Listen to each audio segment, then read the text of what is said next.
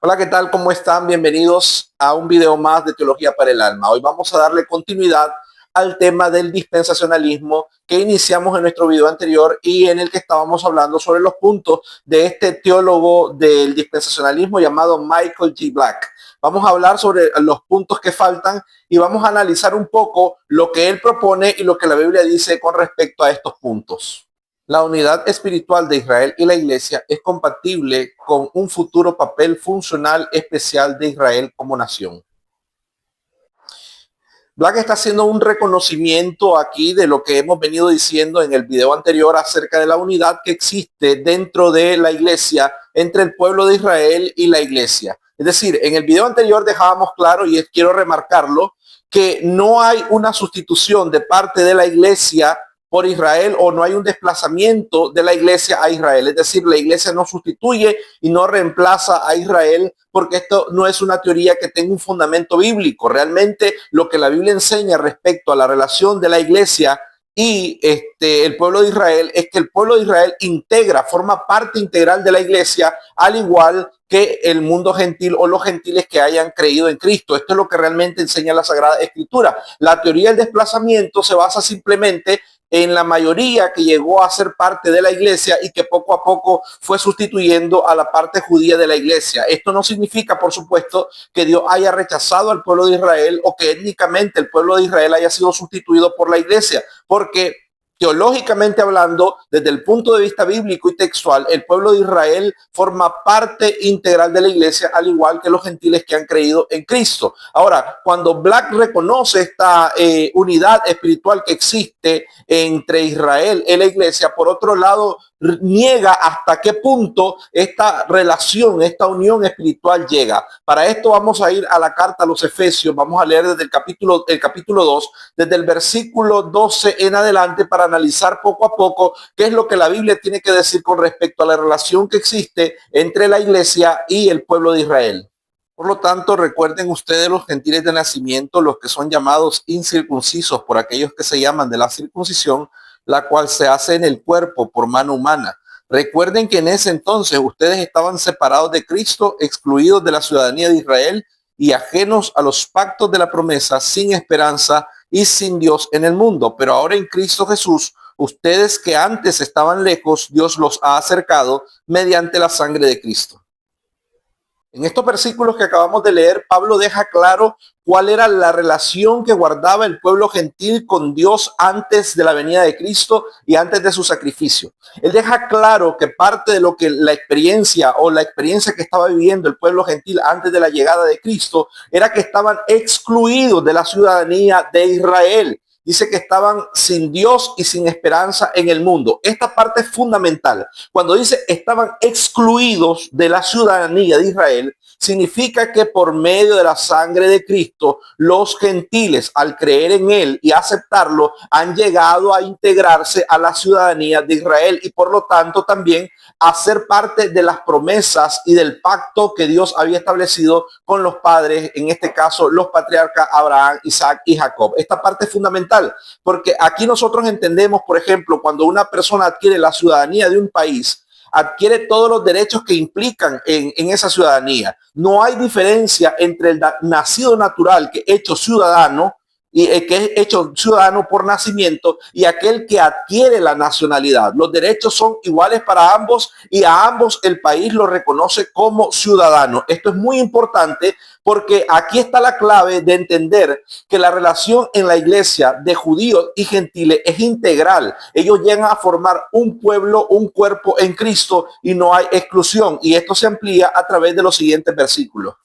Porque Cristo es nuestra paz, de los dos pueblos ha hecho uno solo, derribando mediante su sacrificio el muro de enemistad que nos separaba, pues anuló la ley con sus mandamientos y requisitos. Esto lo hizo para crear en sí mismo de los dos pueblos una humanidad nueva al hacer la paz, para reconciliar con Dios a ambos en un solo cuerpo mediante la cruz, por la que dio muerte a la enemistad. Aquí hay algo muy importante, algo que ya Pablo había establecido en la teología de la epístola a los romanos, y es que tanto los judíos como los gentiles tenían un problema con Dios y el problema era el pecado. En el Antiguo Testamento no se había presentado una solución real para el pecado en el sentido de que pusiera un fin determinante al pecado. Todo lo que había en el Antiguo Testamento relacionado con el pecado era una tipología que señalaba a la consecuencia final, o mejor dicho, a la solución final de Dios para el pecado, que es la muerte de Cristo en la cruz del Calvario y las consecuencias de esta, es decir, el final del reinado de Satanás y del pecado sobre la humanidad. Ahora, Pablo en este versículo está diciendo que tanto los judíos como los gentiles fueron reconciliados con Dios por medio de la muerte de Cristo en la cruz. Así que ambos grupos, tanto los gentiles como los judíos, tenían necesidad de ser reconciliados por medio de Cristo. Y ahora al final, en el versículo que acabamos de leer, dice el apóstol Pablo que ahora todos tenemos acceso al Padre por medio de un mismo espíritu. Aquí el apóstol Pablo no está haciendo diferencia entre judíos y gentiles.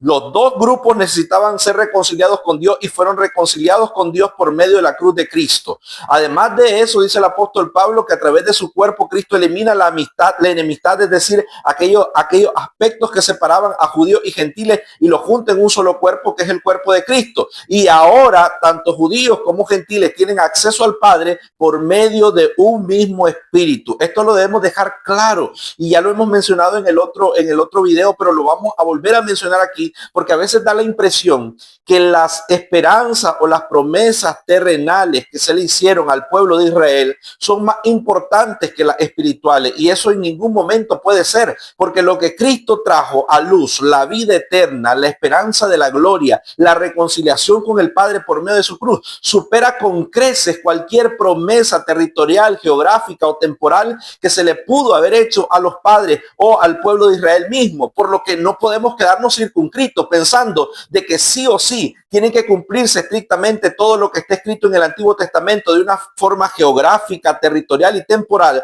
cuando lo espiritual y las promesas que Cristo ha desatado para el pueblo de Israel y para la iglesia en sí son superiores, infinitamente superiores.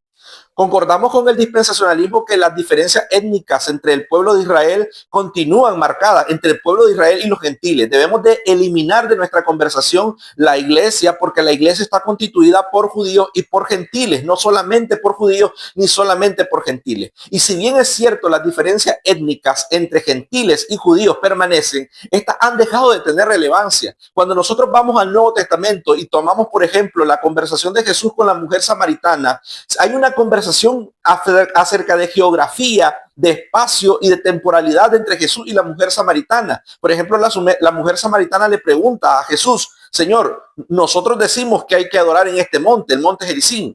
Ustedes dicen que hay que adorar en Jerusalén. ¿Cuál fue la respuesta que Jesús le dio a la mujer samaritana? Veámoslo en San Juan capítulo 4, versículo 21 al 24. Créeme, mujer, que se acerca la hora en que ni en este monte ni en Jerusalén adorarán ustedes al Padre. Ahora ustedes adoran lo que no conocen. Nosotros adoramos lo que conocemos, porque la salvación proviene de los judíos.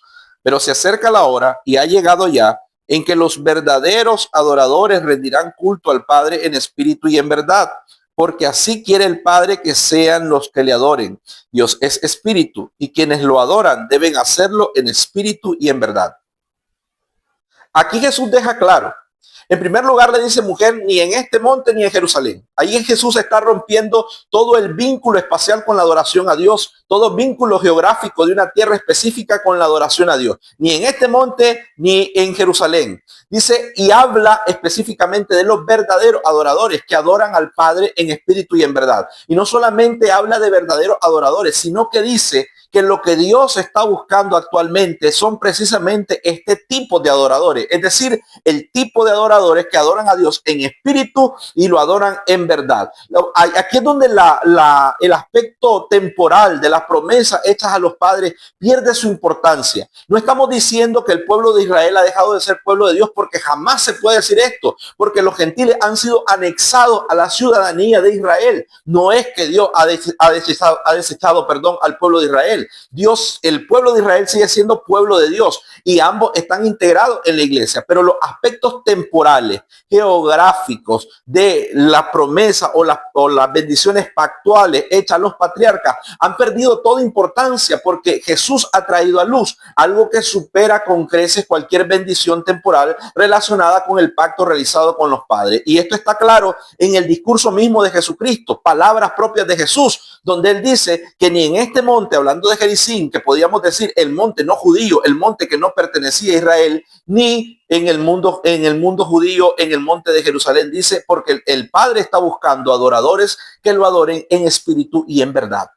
Dicho esto, no hay ninguna razón especial para pensar que durante el milenio o después de la venida de Cristo, el pueblo de Israel va a ocupar una posición de importancia en un mundo redimido, donde Dios ha puesto o ha yuxtapuesto tanto a judíos como gentiles para ser coherederos, para ser parte de un mismo cuerpo, para ser un solo pueblo redimido por Cristo. Eso ya no puede existir. Una vez que el pecado ha sido puesto a fin, una vez que Cristo ha venido a la tierra y ha instaurado su reino, o más bien ha completado lo que faltaba de su reino, es decir, la posesión total del mundo, entonces ya no hay necesidad de que esos aspectos temporales continúen en un mundo donde la vida eterna ha trascendido todo lo temporal, donde el pecado ha dejado de existir y donde todos recibiremos cuerpos glorificados. La nación de Israel será salvada y restaurada con un papel funcional único en un futuro reino milenial terrenal. No quiero ser muy repetitivo en este aspecto, porque aquí tendríamos a repetir lo que hemos dicho ya en las ocasiones anteriores. Realmente puede trascender o puede ser mucho más importante las promesas temporales que son abarcadas y superadas con el reino del evangelio y con todo lo que Cristo desencadenó a través de la muerte en la cruz del Calvario, y cuando él posea por completo el reino y termine de sujetar todas las cosas, incluyendo la muerte, y traiga a luz la vida eterna, un mundo sin pecado, un mundo sin Satanás, un mundo limpio y libre de toda iniquidad. ¿Podría ser tan importante aquello que es temporal y que todavía está sujeto a la muerte, al pecado? Por supuesto que no. Y precisamente eso es lo que enseña la Biblia. La Biblia enseña que ha trascendido. Así que debemos de diferir con Black de que ya lo que viene a ser un milenio terrenal, la salvación del pueblo de Israel, que nadie pone en duda o no ponemos en duda, porque es una promesa de parte de Dios hecha a los patriarcas de la salvación de su herencia, de que ese pueblo étnico sería salvo y que heredaría también el reino de los cielos, pero lo heredaría en conjunto ahora con los gentiles que creen en Cristo por medio de las promesas hechas a la iglesia. De manera que ya no hay por qué plantarse en lo temporal, cuando lo espiritual o lo que está más allá del presente es sumamente superior a lo que podría recibir cualquier bendición pactual temporal ubicada en un espacio geográfico determinado. Pero para no quedarnos en la superficialidad, vamos a analizar un poco más acerca de lo del milenio y las esperanzas mileniales que hay. Vamos a notar en primer lugar que cuando se habla del milenio, la esperanza está puesta en la Nueva Jerusalén. Cuando nosotros hablamos de la Nueva Jerusalén, estamos hablando de la que desciende de Dios, aquella que ha sido creada por Dios, no levantada, ni hecha, ni construida por mano humana, y a la que el apóstol Pablo llama la iglesia o la Nueva Jerusalén espiritual, la que desciende de Dios. Vamos a ir a Gálatas capítulo 3, versículo 14 al 26 para analizarlo. Ese relato puede interpretarse en sentido figurado. Estas mujeres representan dos pactos. Uno, que es Agar, procede del monte Sinaí y tiene hijos que nacen para ser esclavos. Agar representa el monte Sinaí en Arabia y corresponde a la actual ciudad de Jerusalén, porque junto con sus hijos vive en esclavitud. Pero la Jerusalén celestial es libre y esa es nuestra madre. Según Pablo, esta Nueva Jerusalén no es ni judía ni gentil, sino espiritual. Y debemos hacer énfasis en eso. Cuando significa que es espiritual, no significa que no es tangible, que no es física, sino que va más allá de lo que nosotros actualmente conocemos. No la podemos ubicar geográficamente porque está más allá de cualquier espacio que se encuentre actualmente en nuestra tierra, en nuestro mundo, en esta parte de la historia. La Jerusalén nueva pertenecen tanto judíos como gentiles que han creído en Cristo. Y vamos a analizar un poco más interesante lo que dice la Biblia acerca del milenio y quienes reinarán con Cristo durante el milenio. Y vamos a irnos al libro de Apocalipsis para entender un poco más este detalle. Entonces vi tronos donde se sentaron los que recibieron autoridad para juzgar. Vi también las almas de los que habían sido decapitados por causa del testimonio de Jesús y por la palabra de Dios. No habían adorado a la bestia ni a su imagen, ni se habían dejado poner su marca en la frente ni en la mano. Volvieron a vivir y reinaron con Cristo 1000 años. Esta es la primera resurrección. Los demás muertos no volvieron a vivir hasta que se cumplieron los 1000 años. Dichosos y santos los que tienen parte en la primera resurrección. La segunda muerte no tiene poder sobre ellos, sino que serán sacerdotes de Dios y de Cristo y reinarán con él 1000 años. Aquí es claro, ¿quiénes reinarán con Cristo 1000 años? Dice todos los que tengan parte en la primera resurrección. Y aquí no podemos hablar de judíos ni tampoco solo de gentiles, sino de todos los que han creído en Cristo. Dice que ellos vivirán y reinarán con Cristo 1000 años y que la segunda muerte no tiene poder sobre ellos. De forma que aquí no podemos hablar de que son los judíos ocupando un lugar preponderante y los que reinarán con Cristo y los restos serán súbditos. Aquí se dice que los que reinarán con Cristo durante 1000 años son todos los que tengan parte en la primera resurrección.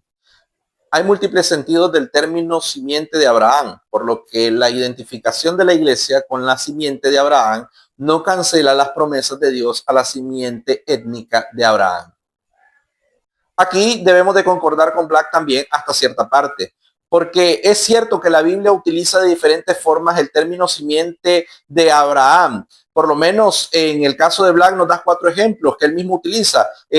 La simiente de Abraham, hablando de los hijos de Abraham, nos habla también del remanente especial de Dios como la simiente de Abraham. También nos habla de los judíos y gentiles siendo la simiente de Abraham y nos habla también del Mesías siendo simiente de Abraham. Entonces sí, hay varios usos que se dan en las Sagradas Escrituras de este término, la simiente de Abraham.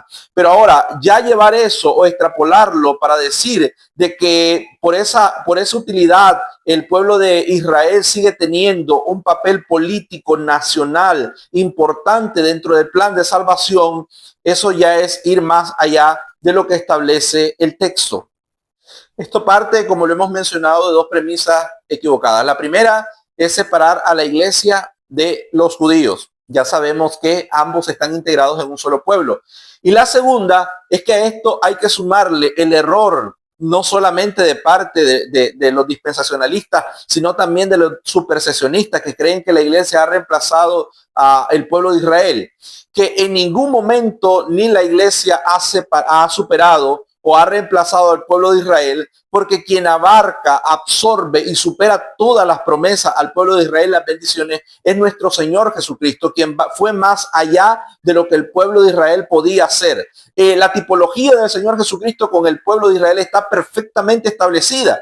Por ejemplo, y vamos a tomar unos pocos ejemplos. Por ejemplo, al igual que el pueblo de Israel, Jesús fue llevado 40 días y 40 noches al desierto para ser tentado por el diablo. Esto concuerda con lo que dice el libro de Deuteronomio, que Dios probó al pueblo de Israel en el desierto. Lo otro es que el pueblo de Israel, donde el pueblo de Israel falló, Jesucristo tuvo éxito al superar las tentaciones del enemigo. También tenemos, por ejemplo, que al igual que el pueblo de Israel fue traído de Egipto, y se cita Oseas capítulo 11, versículo 1, donde el Evangelio de Mateo cita que cuando Dios manda a José a regresar de Egipto, cita el texto de Oseas 11:1 que dice: de Egipto traje a mi hijo. Si nosotros vamos al libro de Oseas y lo leemos, se está refiriendo ahí al pueblo de Israel, su primogénito. Pero aquí Dios coloca en Jesús la tipología del pueblo de Israel. Jesús ha superado a Adán, pero también ha superado al pueblo de Israel. Y todas las promesas y los fracasos del pueblo de Israel han sido superados en Cristo. Cristo logra el propósito redentor, la misión especial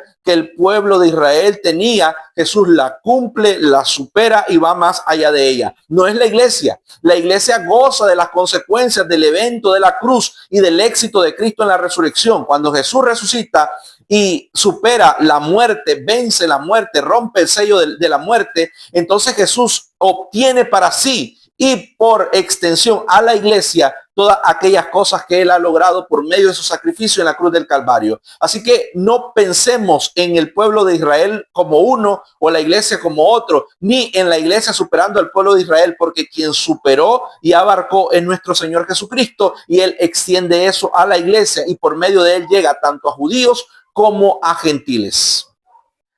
Al analizar el dispensacionalismo debemos de reconocer que dentro de su propia estructura tiene cierta coherencia el dispensacionalismo, pero esa coherencia se da dentro del mismo pensamiento dispensacionalista. Cuando nosotros comparamos el pensamiento dispensacionalista con el resto de la teología bíblica y los aspectos doctrinales, históricos y sobre todo con la línea de la historia de salvación de la Biblia, el dispensacionalismo rompe varios de estos patrones. Es decir, se sale del elemento bíblico concreto para habitar con sus teorías en su propio esquema. Esto, por supuesto, nos permite entender que aunque es una teoría atractiva, que aunque es una teoría que muchos hombres de Dios a lo largo de la historia, o mejor dicho, en el último siglo creyeron, no por esto tiene relevancia o tiene validez bíblica. Cuando nosotros vamos más allá de las teorías circulares del dispensacionalismo, más allá de los argumentos circulares del dispensacionalismo, y tratamos de engranarla dentro de la maquinaria teológica bíblica, allí es donde el dispensacionalismo falla y no encaja. Así que vamos a responder de manera concreta la pregunta que hicimos en el video anterior. ¿Es el dispensacionalismo una doctrina bíblica? Debemos de decir que por muy interesante que sea y por mucho que tenga textos que parecen avalarla, en concreto, cuando es comparada con el resto de la Biblia y con la teología concreta, el dispensacionalismo no puede ser considerada una doctrina bíblica. Así que esto es importante decirlo para finalizar. Esto no significa que un creyente que cree en el dispensacionalismo, que ha aceptado o ha abrazado las teorías dispensacionalistas, deja de ser un creyente en Cristo, o por esto ha dejado de recibir el Espíritu Santo, o por esto está cometiendo una herejía. No, simplemente no tiene un fundamento bíblico real a lo largo de toda la Sagrada Escritura. Pero debemos de recordar que esto no es lo que determina nuestra salvación. Nuestra salvación está determinada por nuestra fe en nuestro Señor Jesucristo. Decía el apóstol Pablo: yo como perito arquitecto he puesto el fundamento, el cual es Cristo. Mientras un hermano construya sobre ese fundamento que es Cristo, que construya su vida sobre la roca, eso no va a dejarlo a él fuera, aunque tenga algunas ideas extraña, o mejor, perdón, voy a corregir esa palabra, aunque tenga una idea equivocada acerca de la doctrina bíblica, esto no lo va a sacar de la salvación si él ha creído con todo su corazón en Cristo y está experimentando la transformación que ejecuta el Espíritu Santo en nuestras vidas. Así que espero que esto haya sido de bendición para ustedes. Sigamos fortaleciendo nuestra fe en Cristo y amándonos a pesar de nuestras diferencias teológicas o doctrinales. Que el Señor les bendiga.